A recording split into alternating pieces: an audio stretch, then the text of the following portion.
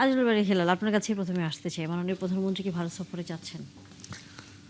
দেখেন, এইটাতে আমি একটা দেখলাম যে কারণ বিভিন্ন গণমাধ্যম আমার কাছে মনে বলছে, হচ্ছে বিশেষ করে ভারতীয় পলিটিক্যাল গণমাধ্যমগুলো। স্ফেয়ারে এটা একটা আপনার টক অফ দ্য টাউন। জি। আমি দেখলাম যে আসলে, এবং talk of the country rather.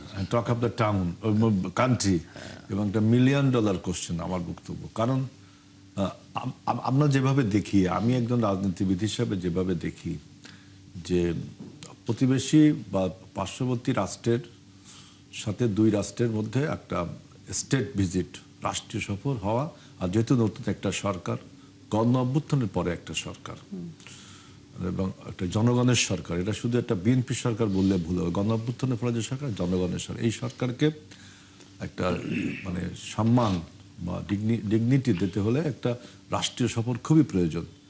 এখানে যে সফরটা হচ্ছে সেটা হলো যে আপনার একটা ব্রিক্সের মিটিংয়ে আপনার বিমস্টেকের একটা বাংলাদেশ চেয়ার করছে, এই জন্য মেম্বার হিসেবে সেখানে যাচ্ছে। তা আমার মনে হয় এটা যদি রাষ্ট্রীয় সফর হতো ভালো হতো। এই জন্য বলছি যে আমাদের গত 17 বছরে, ইভেন আমি তো মনে করি স্বাধীনতার পর থেকেই ভারত সরকারের সাথে বাংলাদেশের সরকারগুলোর, আমি বিশেষ সরকার নাহলে জনগণের কথা বলি, জনগণের সম্পর্কটা মধুর কোনো স্মৃতি বহন করে না। আপনার সীমান্তে হত্যা, নদীর পানি চুক্তি, আপনার রাজনীতিবিদদের বক্তব্য, সাপ ছিঁড়ে দিব, কুমির ছিঁড়ে দিব, গণ অভ্যুত্থান নিয়ে আপনার উল্টা কথা, গণ অভ্যুত্থানের পরাজিত শক্তিকে রাজনীতি করার সুযোগ দিয়ে দেওয়া, বিভিন্ন কারণে কখনোই বাংলাদেশের সাথে ভারতের জনগণের সম্পর্ক মধুর ছিল না। আমরা বলি যে গত 17 বছরে শেখ হাসিনা বলতো যে আমাদের মধুর সম্পর্ক, কিন্তু এটা ছিল সাবসার্ভিয়েন্ট একটা ফরেন পলিসি। কিন্তু বাংলাদেশ কিন্তু এবার গণ অভ্যুত্থানের পরে আপনার বিএনপি তার যে বিশেষ করে পররাষ্ট্রনীতি আগে ছিল friends to all malice two নান, এটা কিন্তু এখন নেই। বাংলাদেশ ফার্স্ট, অর্থাৎ মেরুদণ্ডটা সোজা করে দাঁড়াতে হবে, বাংলাদেশের স্বার্থটা আগে দেখতে হবে। সুতরাং এই সব কিছু মিলিয়ে আমি মনে করি যদি স্টেট টু স্টেট ভিজিট হতো তাহলে খুব ভালো হতো। কিন্তু আমি দেখলাম বাংলাদেশের পত্রিকা, মিডিয়া, বিভিন্ন বক্তৃতা এমনভাবে প্রেসার করা হচ্ছে যে আমাদের প্রধানমন্ত্রীর সব কাজ বাদ দিয়ে এখন এই সফরটা করা উচিত। আমি এইটা বলছি না, সরকার, যদিও সরকার থেকে এখনো কিছু বলা হয়নি, এখনো নিশ্চিত হয়নি ভারত সফরটা হবে কিনা। আমরা জানি মার্কিন যুক্তরাষ্ট্রের সরকার একটা সেপ্টেম্বরের দিকে সফরে যাচ্ছে, এটাও আমরা জানি। সুতরাং আমি এখনো বলতে পারছি না, যেহেতু আমাদের পররাষ্ট্র মন্ত্রণালয় থেকে বা পররাষ্ট্র সেল থেকে এখনো ভারত সরকার যাবে, এই ইমিডিয়েট ভিজিটটা করবে কি করবে না এখনো জানা নেই। ভিজিট যে মোটে করবে না তা তো না, ভিজিটটা করতেই হবে। আজ হোক কাল হোক করবে না, আলোচনা তো চালিয়ে যেতে হবে। যতই আপনার আপনার খারাপ সম্পর্ক থাকুক, ওয়ার্কিং রিলেশন তো রাখতেই হবে। সুতরাং সরকারকেই সিদ্ধান্ত নিতে হবে। আমরা যে বক্তব্যগুলো দিচ্ছি, আরও সবাই বক্তব্য দিচ্ছেন যারা পররাষ্ট্র নীতি সম্বন্ধে বিশেষজ্ঞ আছেন, সরকার সবকিছু বিবেচনা করে একটা সিদ্ধান্ত দেবে। এখনো সিদ্ধান্ত হয়নি। আচ্ছা, এখনো সিদ্ধান্ত হয়নি আপনি বলছেন। আপনার কথাটিকে আমরা ধরেই যদি আগাই, আব্দুল বাতেন, সেটাই হচ্ছে সরকারের পক্ষ থেকে এখনো সিদ্ধান্ত হয়নি যে মাননীয় প্রধানমন্ত্রী ভারত সফরে যাবেন কি যাবেন না। কিন্তু এই বিষয়ে নিয়ে আপনার একটা শক্ত অবস্থানে আছেন, যেহেতু শেখ হাসিনার সর্বশেষ কর্মকাণ্ডের কারণে এক ধরনের যে প্রভাব দেশ এবং এর মধ্যে বিদেশও নানাভাবে পড়েছে, এটা নিয়ে আপনারা জোরালো একটা অবস্থানে আছেন যে এই বিষয়টি ফয়সলা না হওয়ার আগ পর্যন্ত মাননীয় প্রধানমন্ত্রী ভারত সফরে যাওয়াটা ঠিক হবে না। আপনারা যদি মাননীয় প্রধানমন্ত্রী আসলে শেষ পর্যন্ত তাকে যেতে হয়, তাহলে সেটা কিভাবে দেখছেন? এখানে একটা বিষয় লক্ষ্য করা যাচ্ছে যে ভারত চাচ্ছে, ভারত আগ্রহী যে মাননীয় প্রধানমন্ত্রী ভারত সফর করুক। তো তাদের এই আগ্রহটার বিপরীতে আমাদের তো কিছু বক্তব্য আছে, কিছু চাওয়া আছে। এটাকে একটা বার্গেনিং ইস্যু হিসাবে নিয়ে আমাদের সবচেয়ে যে বড় ইস্যুটা এদেশের সাধারণ মানুষও যেটা চায় সেটা হলো স্বৈরাচার শেখ হাসিনাকে তার আশ্রয় দিয়েছে, শুধু আশ্রয় দিয়েছে নয়, বিভিন্ন ধরনের কর্মকাণ্ড তিনি সেখান থেকে করছেন। এবং রিসেন্টলি 5ই আগস্টকে কেন্দ্র করে তার বক্তব্য দেওয়ার আগে থেকে শুরু করে পরবর্তী কিছু সময় পর্যন্ত বাংলাদেশে আইনশৃঙ্খলা পরিস্থিতির কিছু অবনতি ঘটানোর একটা অপচেষ্টা দেখা গেছে। আমরা অনেকেই খেয়াল করেছি বিভিন্ন জায়গায়, সাভারে, তারপরে মিরপুরে মেট্রো রেল স্টেশনে বা আরও বেশ কিছু জায়গায় বোমা সদৃশ্য বস্তু পাওয়া গেছে। এবং তাদের পক্ষ থেকে বিভিন্ন ধরনের বক্তব্য সোশ্যাল মিডিয়ায় দেওয়া হয়েছে। তো এগুলো তো যদি ভারত আমাদের সৎ প্রতিবেশী হয় এবং সে ধরনের আমাদের পক্ষ থেকেও সৎ প্রতিবেশী সুলভ আচরণ আশা করে, তাহলে এটা তো ভারতকে লক্ষ্য করতে হবে। এবং এটা তো বিশ্বাস করার কোনোই কারণ নাই যে সরকারের সহযোগিতা বা একটা নীরব অনুমোদন ছাড়া, টেসিট অ্যাপ্রুভাল ছাড়া যে শেখ হাসিনা ওখান থেকে এই কাজগুলো করতে পারছে এমন তো নয়। শেখ হাসিনার পাশাপাশি ওসমান হাদির যে হত্যাকারী, তারাও কিন্তু ভারতে আছে। হত্যার পরপরই তারা খুব সহজে ভারতে গেছে, আশ্রয় নিয়েছে। এই সবগুলো তো এই দেশের মানুষের মনে বিভিন্ন ধরনের প্রশ্নের সৃষ্টি করে। শুধু এগুলো নয়, আমাদের দীর্ঘদিনের কিছু সমস্যা আছে ভারতের সঙ্গে। নদীর পানি বন্টন নিয়ে সমস্যা আছে, আমাদের সীমান্ত ইস্যু আছে। আমরা না ইদানিং দেখছি যে অন্তর্বর্তীকালীন সরকারের সময় থেকে শুরু করে সীমান্তে আমাদের সীমান্তরক্ষী বাহিনী প্লাস সাধারণ মানুষ, তাদের একটা ভূমিকা আমরা দেখার সুযোগ হয়েছে আমাদের। এবং বর্তমান সরকার আমলেও সেটা ধারাবাহিকভাবে সমন্বয় করা মানে সে চলছে, যার ফলে কিন্তু বর্ডার হত্যাও কমে গেছে। তো স্বাধীন দেশ হিসাবে স্বাধীন পররাষ্ট্রনীতিতে যেহেতু আমরা বিশ্বাস করি এবং আমরা কারোর সঙ্গে বিরোধ না, সকলের সঙ্গে বন্ধুত্ব, যদিও অনেকে বলে যে এই ধরনের পররাষ্ট্রনীতি হয় না, তারপরেও তো আমরা চাই যে কোনো বিরোধ যাতে না হোক, সুন্দরভাবে আমরা প্রতিবেশী হিসেবে সেখানে বসবাস করি। বাংলাদেশ সরকারের অবস্থানটা আপনি আসলে কিভাবে বাংলাদেশ দেখেন? সরকারের অবস্থানটা এখন পর্যন্ত তো আমরা দেখছি যে বাংলাদেশ সরকার অন্তর্বর্তীকালীন সরকারের আমলে যে ভারতের ব্যাপারে যে দৃষ্টিভঙ্গিটা ছিল সেটার ধারাবাহিকতা বজায় রাখছে এবং এটা হওয়া উচিত।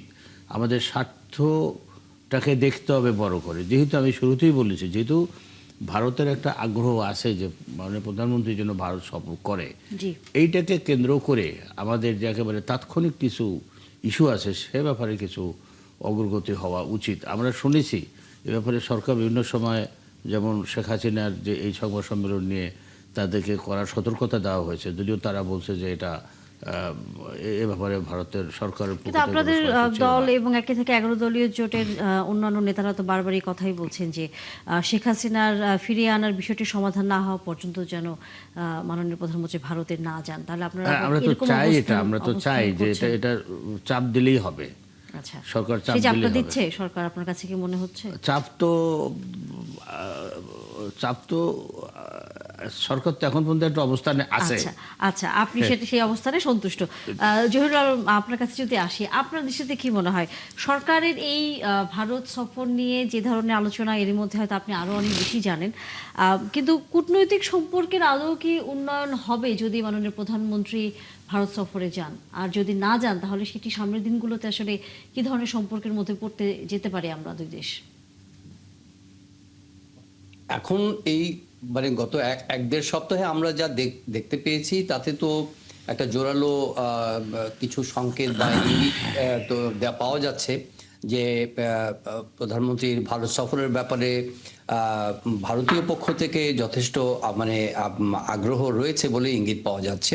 কিন্তু এটা এখনো একটা সম্ভাবনার পর্যায়ে রয়ে গেছে, কারণ আমাদের মানে প্রাইম মিনিস্টার তো এখনো কোনো ফর্মাল ইনভিটেশন এখনো তো পান নাই। ফর্মাল ইনভিটেশন পাওয়ার পরেই তো নির্ভর করবে যে আসলে উনি সেটা অ্যাকসেপ্ট করবেন কি না এবং কবে যাবেন। তবে ডিপ্লোম্যাটিক ম্যানুভারিং দেখে মনে হচ্ছে যে এই ধরনের একটা তৎপরতা আছে। কিন্তু এই পক্ষে, বাংলাদেশের পক্ষে যেটি প্রধান একটি বিষয়, যেটি আপনি একটু আগে আলোচনা করছিলেন, যে এই মুহূর্তে সবচেয়ে আলোচিত বিষয় হচ্ছে যে শেখ হাসিনার প্রত্যর্পণের বিষয়টি। এর সঙ্গে মাননীয় সংসদ সদস্য জনাব আব্দুল মাতেন হাদি হত্যার কথা বলেছেন, তারাও সেখানে রিফিউজ পেয়েছে। তো এই বিষয়গুলো কিন্তু পলিটিক্যালি খুবই ইম্পর্টেন্ট বাংলাদেশের এই নির্বাচিত সরকারের জন্য। শুধুমাত্র এর বাইরেও কিন্তু অন্যান্য বিষয়গুলো যেমন আপনার আলোচিত হয়েছে, যে পানি, সীমান্ত, তারপরে বাণিজ্য, নিরাপত্তা, আঞ্চলিক সহযোগিতা, এই সব কিছু মিলিয়ে ভারত নেইবারিং কান্ট্রিতে সফর করার যৌক্তিক এবং যথেষ্ট কি বলবো যে প্রয়োজনীয়তা রয়েছে, যদি সেটা যথাযথভাবে রেসিপ্রোকেটেড হয়। আজুল ভাই, হেলাল ভাই বলেছেন যে আগের যে ইনভিটেশনটা ছিল সেটা আসলে প্রপার ডিপ্লোম্যাটিক জেস্টার সেখানে কিন্তু আসে নাই। প্রধানমন্ত্রীকে সেভাবে সম্বোধন করা হয় নাই, প্রধানমন্ত্রীকে সেভাবে দাওয়াত করা হয় নাই। কাজেই ডিপেন্ড করছে যে ভারতীয় পক্ষ কিভাবে প্রধানমন্ত্রীকে দাওয়াত দেন, এবং সেটি এখন পর্যন্ত নট ইয়েট ফর্মালি রিসিভড। নেওয়ার পরে আমি মনে করি যে এই বিষয়ে আলোচনা হবে। এইটা কেন হচ্ছে একটু জানতেই চাই আপনার দৃষ্টিতে। সেটি হচ্ছে যে তারা মুখে বলছে আমাদের সাথে সম্পর্ক ভালো করতে চায় নানা ধরনের, আবার একই সাথে তাদের এক ধরনের আমাদের মাননীয় প্রধানমন্ত্রীকে দাওয়াত দেওয়ার ক্ষেত্রেও যে দাওয়াত দেওয়ার ক্ষেত্রে আমি মনে করি যে দাওয়াত দেওয়ার বিষয়টি এখন ইমপ্লয়েড যে তারা পজিটিভ, কিন্তু ডিপেন্ড করছে যে বাংলাদেশেরও তো একটা ইতিবাচক মনোভাবের অপেক্ষাও কিন্তু আছে। কারণ এখন বাংলাদেশ তো অপেক্ষা করবেই যে সফরটা হয়ে গেল, বাংলাদেশ সৌজন্য দেখালো, ইতিবাচকভাবে ভারত সফর করলো, প্রাইম মিনিস্টার মোদির সঙ্গে আমাদের প্রাইম মিনিস্টার তারেক রহমান বৈঠক করলেন, কিন্তু আফটার রিটার্ন উনি কি নিয়ে আসবেন? ওনার তো দেশের জনগণের কাছে একটা জবাবদিহিতা আছে, দেশের রাজনৈতিক স্পিয়ারে তো ওনাকে একটা একটা কি বলবো যে একটা প্রাপ্তি নিয়ে আসতে হবে। সেই প্রাপ্তির ব্যাপারটি তো আসলে নিশ্চিত হতে হবে। আমি মনে করি যে এই বিষয়গুলো হয়তো কূটনীতির নেপথ্যে বা এই বিষয়গুলো নিয়ে আলোচনা হবে, যতক্ষণ না পর্যন্ত একটা মানে পজিটিভ হেডওয়ে না হয় ততক্ষণ পর্যন্ত এই সফরটা তো আসলে মিনিংফুল হবে না। এই মিনিংফুল আনপ্রোডাক্টিভ সফর করে তো কোনো লাভ নেই। আমার মনে হয় যে ওই জায়গাগুলোতে হয়তো বা এখন ডিপ্লোম্যাটিক ম্যানুভারিং চলছে, ত্রিবেদী সাহেব সেখানে গেছেন, উনি ফিরে এসছেন, তারপরে দুপক্ষের মধ্যে কথা চালাচালি চলছে, পত্রপত্রিকাগুলো কিন্তু ইঙ্গিত দিয়েছে, ভারতীয় পক্ষে কিন্তু কয়েক কাগজগুলো কিন্তু বলেই দিয়েছে যে শেষ দিকে আমাদের প্রধানমন্ত্রী ভারত সফর করবেন। কিন্তু মানে যতক্ষণ পর্যন্ত না এটা অফিসিয়ালি ইনভিটেশন এক্সটেন্ডেড হচ্ছে, আমাদের পক্ষ থেকে দাওয়াতটা কবুল করা হচ্ছে, ততক্ষণ পর্যন্ত আসলে তো বলা যাচ্ছে না। তবে কূটনৈতিক সূত্রগুলো বলছে যে একটা জোরালো সম্ভাবনা আছে আপনার ব্রিক্স সামিটের আগেই প্রধানমন্ত্রীর ভারত যাওয়ার একটা সম্ভাবনা রয়েছে, প্রোভাইডেড যে বাংলাদেশের স্বার্থগুলো যদি সুরক্ষিত হয়। এবং সেখানে একটা জোরালো ইস্যু হচ্ছে শেখ হাসিনার এক্সট্রাডিশন বা হাতি হত্যাকারীদের যারা রিফিউজ করেছেন তাদের এক্সট্রাডিশন, সেই বিষয়গুলো অ্যালং উইথ পানি, বাণিজ্য, নিরাপত্তা, আঞ্চলিক যোগাযোগ, জ্বালানি একটা বড় বিষয়। এই সব কিছু মিলিয়ে যদি একটা প্রোডাক্টিভ আপনার ইয়ে পাওয়া যায়, যোগাযোগ বা সহযোগিতার একটা ক্ষেত্র তৈরি হয়, তবেই না এই সফরটি আসলে মিনিংফুল হবে। আদারওয়াইজ এই আলোচনা কিন্তু আমার মনে হয় যে আলোচনার মধ্যে হয়তো থেকে যাবে বা সম্ভাবনার মধ্যেই থেকে যাবে। সেই জায়গায় যদি শেষ পর্যন্ত আমরা তো আসলে জানি না সরকারের কি ধরনের সিদ্ধান্ত হবে, আমরা অবশ্যই সেটা ভালোই চাবো দুই দেশের মধ্যে সম্পর্কের উন্নয়নের জায়গা, কিন্তু তারপরেও আপনি যে বিষয়গুলো সামনে নিয়ে আসছেন এই বিষয়গুলো নিয়ে যদি, যেহেতু এখন হয়তো উচ্চ পর্যায়ে আলোচনা চলছে যে কিভাবে আমাদের মাননীয় প্রধানমন্ত্রী যাবেন, কতটা সম্মানের সাথে তিনি সেখানে থাকবেন, কিন্তু শেষ পর্যন্ত যদি যাওয়া না হয়, আমরা যদি এক ধরনের ধারণা নিয়েও কথা বলি, তাহলে সম্পর্কের দিক থেকে সামনে আপনার কাছে কি মনে হয় যে ভারতের সাথে সম্পর্ক তো যেভাবে আমাদের বৈরিতা দিনকে দিন বাড়ছে, সেটা তো মনে হয় সামনের দিনে আরো অনেক কঠিন হয়ে যাবে? না, আমার মনে হয় যে এই ইঙ্গিতটা হয়তো ভারতও উপলব্ধি করতে পারছে যে তারা এই দীর্ঘকাল ধরে যে ধরনের একটা কূটনৈতিক বৈরিতা এবং বাংলাদেশের জনগণের সঙ্গে একটা দূরত্ব তাদের তৈরি হয়েছে, এবং নানা ক্ষেত্রে তারা আমাদের সঙ্গে মানে বন্ধুসুলভ আসলে ছিল না বিগত দিনগুলোতে, এবং শুধুমাত্র একটা মানে ফ্যামিলি বলেন বা একটা পার্টির সঙ্গে সম্পর্ক, মানে স্টেট টু পার্টির সম্পর্ক, যেটা গভর্নমেন্ট টু গভর্নমেন্ট সম্পর্ক বা পিপল টু পিপল যে যোগাযোগ হওয়ার কথা, সেটা স্ট্যাবলিশ হয়নি। সেটা তো তারাও এখন উপলব্ধি করতে পারছে বলে প্রতিমান হচ্ছে। আদারওয়াইজ এই ধরনের তৎপরতা আমরা দেখতাম না। হয়তোবা তাদের পক্ষ থেকে একটা ইতিবাচক মানে ইচ্ছা হয়তো আছে, কিন্তু একই সঙ্গে যেহেতু শেখ হাসিনা সেখানে আশ্রিত, এবং এটাও তাদের জন্য একটা বড় ধরনের কি বলবো একটা ডেলেমা, যে শেখ হাসিনাকে তারা আশ্রয় দিচ্ছে, বন্ধু হিসেবে পরিগণিত করছে তারা, এবং একই সঙ্গে বাংলাদেশের সঙ্গে তারা সম্পর্ক উন্নয়ন করতে চাচ্ছে। তো সব কিছু মিলিয়ে আসলে একটা গিভ অ্যান্ড টেকের ব্যাপার আছে। এই গিভ অ্যান্ড টেকটা আমার মনে হয় যে এটা কোনো দেশে অ্যাফোর্ড করে না যে এইভাবে যদি আমরা দীর্ঘ সময় বৈরী সম্পর্ক বজায় রাখি। কারণ আমাদের মধ্যে যে নেইবারিং যে সম্পর্ক, এটা তো সবাই বলে যে আমরা অনেক কিছু বদল করে ফেলতে পারবো, কিন্তু নেইবারকে তো আর বদল করতে পারবো না। সুতরাং এটা ভারতের পক্ষ থেকেও আমার মনে হয় যে যথাযথভাবে উপলব্ধি করা উচিত, এবং বাংলাদেশের কনসার্নগুলো তো তারা যদি বিবেচনার মধ্যে নেন, তাহলে আমি কোনো সমস্যা দেখি না দুদেশের মধ্যে সম্পর্ক নতুন করে উন্নয়ন এবং এগিয়ে নেওয়ার ক্ষেত্রে, সহযোগিতাকে এগিয়ে নেওয়ার ক্ষেত্রে। জি। আজরুল বারী হেলাল, বিরোধী দল থেকে বারবারই বলছে যে শেখ হাসিনার বিষয়টি সমাধান না হওয়া পর্যন্ত মাননীয় প্রধানমন্ত্রী এ ধরনের সিদ্ধান্তে যাতে না যান, কিন্তু তারপরে যদি মাননীয় প্রধানমন্ত্রী যান এবং কি ধরনের আসলে সিদ্ধান্ত বা আলোচনা হয় সেটা তো আমরা এখান থেকে বলতে পারছি না এখন পর্যন্ত। কিন্তু বিরোধী দল এই ক্ষেত্রে বিশেষ করে এনসিপি নেতারা বেশ শক্ত অবস্থানে আছে, আপনাদের বিপক্ষে আসলে অবস্থান নিয়েছেন। সেটি সামনের দিনগুলোতে কিভাবে তাদেরকে জবাব দেবেন? এনসিপির নেতারা একটা নতুন রাজনৈতিক দল, এখনো তরুণ তারা, তাদের অবস্থান নিয়ে আমার বক্তব্য কম।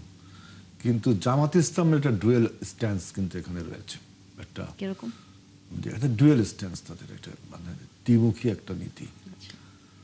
5ই আগস্টে যখন শেখ হাসিনা আপনার এই যে ওয়েবনারে বক্তব্য দিলেন, মানে ওয়েবনারে বলতে এখানে শুধু অডিও বার্তা দেখা গেছে, বাংলাদেশ সরকার, বিএনপি সরকার, জনগণের সরকার এইবার গত 55 বছরে এরকম কোনো প্রেস নোট পররাষ্ট্র মন্ত্রণালয় দেওয়া হয়নি। এবার যে মানে মেরুদণ্ড সোজা করে যে বাংলাদেশ দাঁড়াতে পারে, ওই যে friends to all manage to নান, বাতেন ভাই কিন্তু বলেন এইসব নীতিতে এখন হবে না, এখন বাংলাদেশ ফার্স্ট।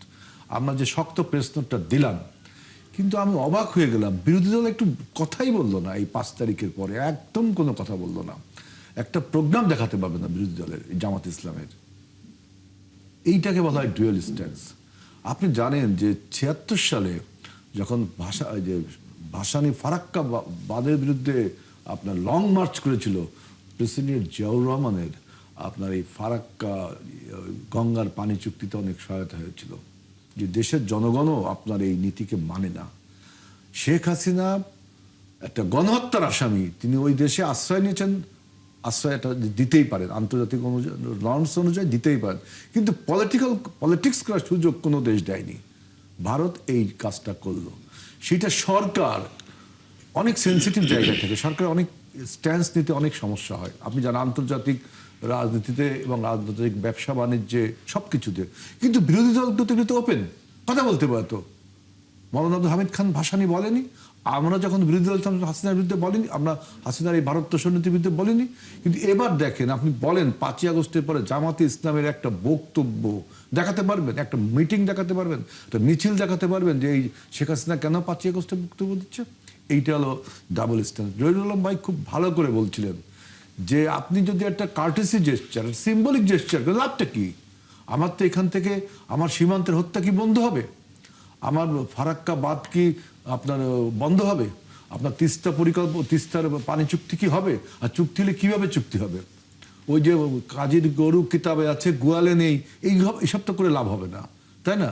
আপনি তো সবচেয়ে বড় জিনিস হলো যে আপনি আমার এই যে পরিবর্তন, 5ই আগস্টের পরিবর্তনকে আপনি তো ওয়েলকাম করলেন না। তো ওয়েলকাম করলেন, বর্তমান সরকারকে যে মর্যাদাটা দেওয়ার দরকার, আপনি স্টেট টু স্টেট ভিজিট সেটা কি করলেন? আপনি বিমস্টেকের চেয়ার হিসাবে, বিমস্টেকটাই তো আমার ব্যক্তিগত অভিমত, বিমস্টেকটাই তো সার্কের একটা কাউন্টার, সার্কটাকে অকেজো করবার জন্য বিমস্টেকের ইনিশিয়েটিভ, এটা আরেকটা আলোচনা।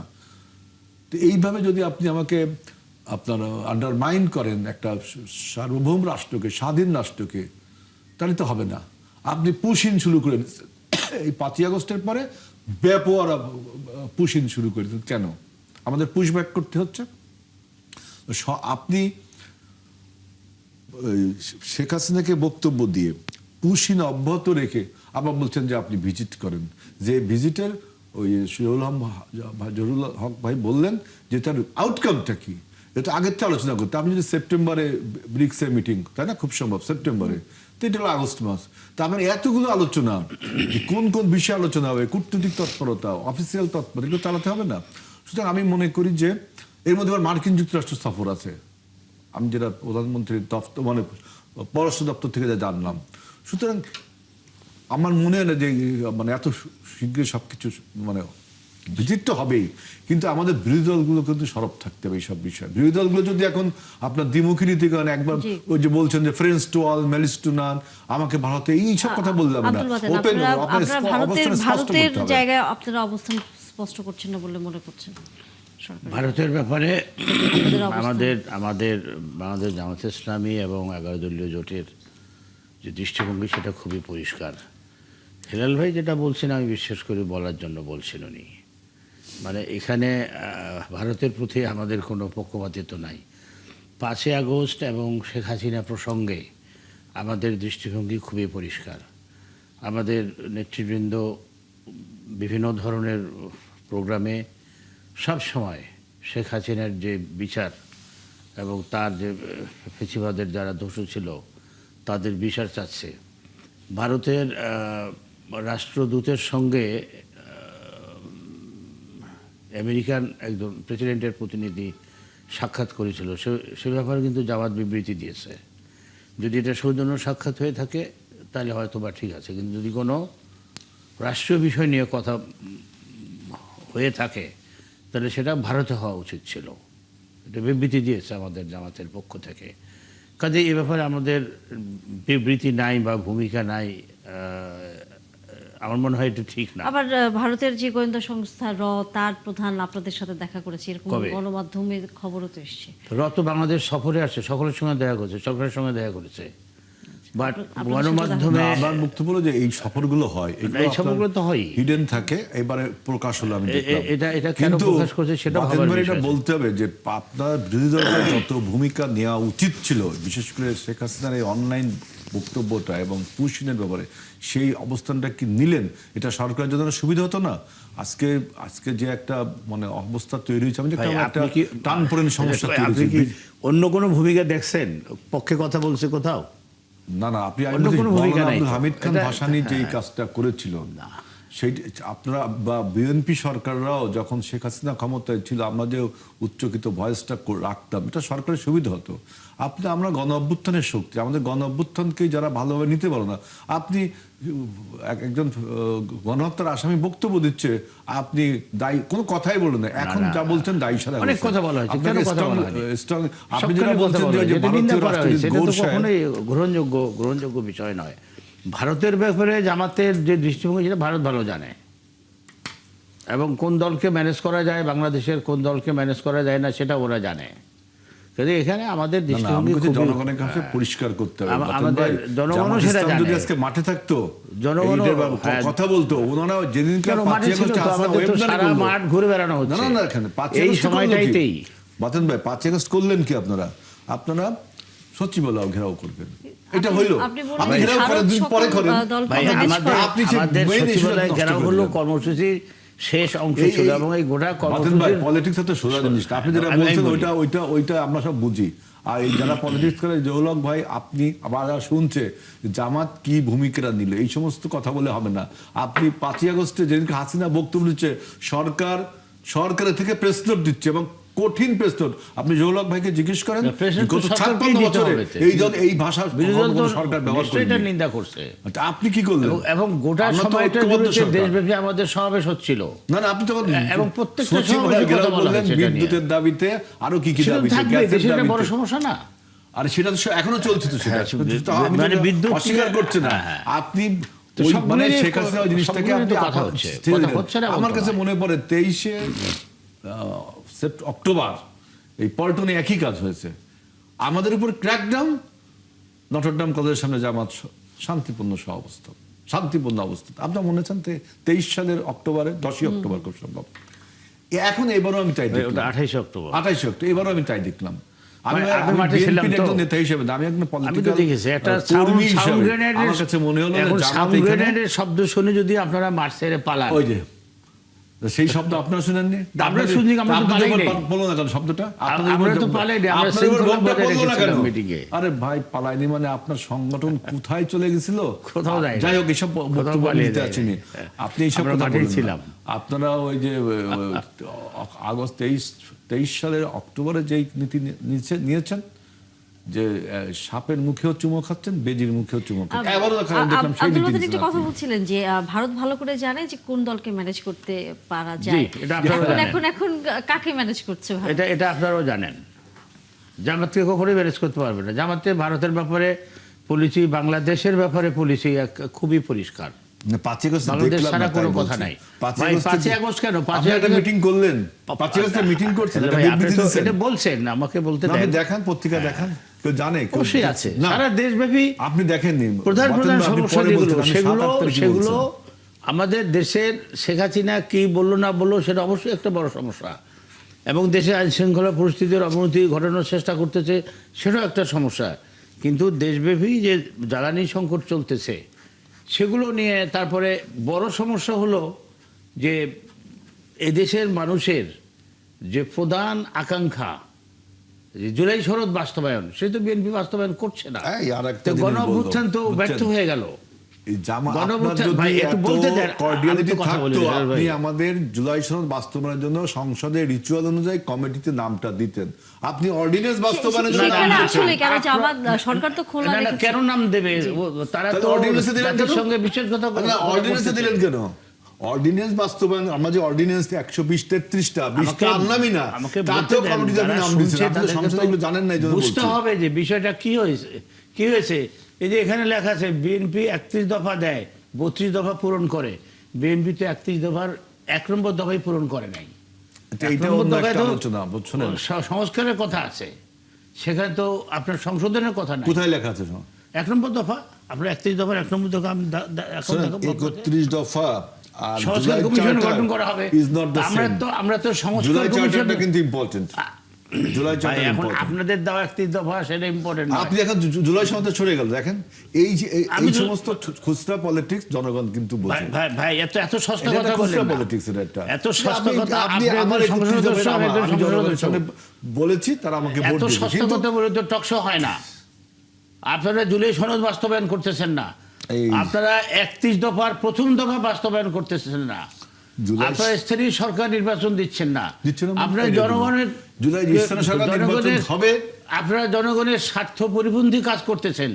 এই কতগুলো নিত্য প্রয়োজনীয় ওষুধের মূল্য নির্ধারণের দায়িত্ব ছিল সরকারের, সেটা আপনারা এই বিভিন্ন হট্টগোলের মধ্যে তারা এটা পরিবর্তন করে এখন এই ওষুধ প্রস্তুতকারী যে কোম্পানি মালিক রয়েছে। সংগঠন জি। তাদের হাতে ছেড়ে দিয়েছে। তারা কি জনগণের স্বার্থে কাজ করবে? আপনি- এনটিআরসির একটা বিএনপির আমলের, ম্যাডাম খালেদা জিয়ার আমলের গঠন করা সংস্থা এনটিআরসি বিভিন্ন পরীক্ষা নিরীক্ষার মধ্য দিয়ে এই যে এমপিভুক্ত শিক্ষকগুলো যে শিক্ষক নিয়োগ, বিভিন্ন পরীক্ষা নিরীক্ষার মধ্য দিয়ে এই এনটিআরসির কার্যক্রমটা এখন একটা অবস্থার মধ্যে আছে, একটা ইতিবাচক অবস্থার মধ্যে আছে। আপনারা সিদ্ধান্ত নিলেন কি যে তারা পরীক্ষা নিতে পারবে, সুপারিশ করতে পারবে না। তাহলে সুপারিশ করতে পারবে না মানে এখন আবার ওই যে দলীয় যে কমিটিগুলো করা হয়েছে, দলীয় নেতাকর্মীদেরকে যে সেই কমিটি আবার নিয়োগ করবে জি। টাকা পয়সার বিনিময়ে।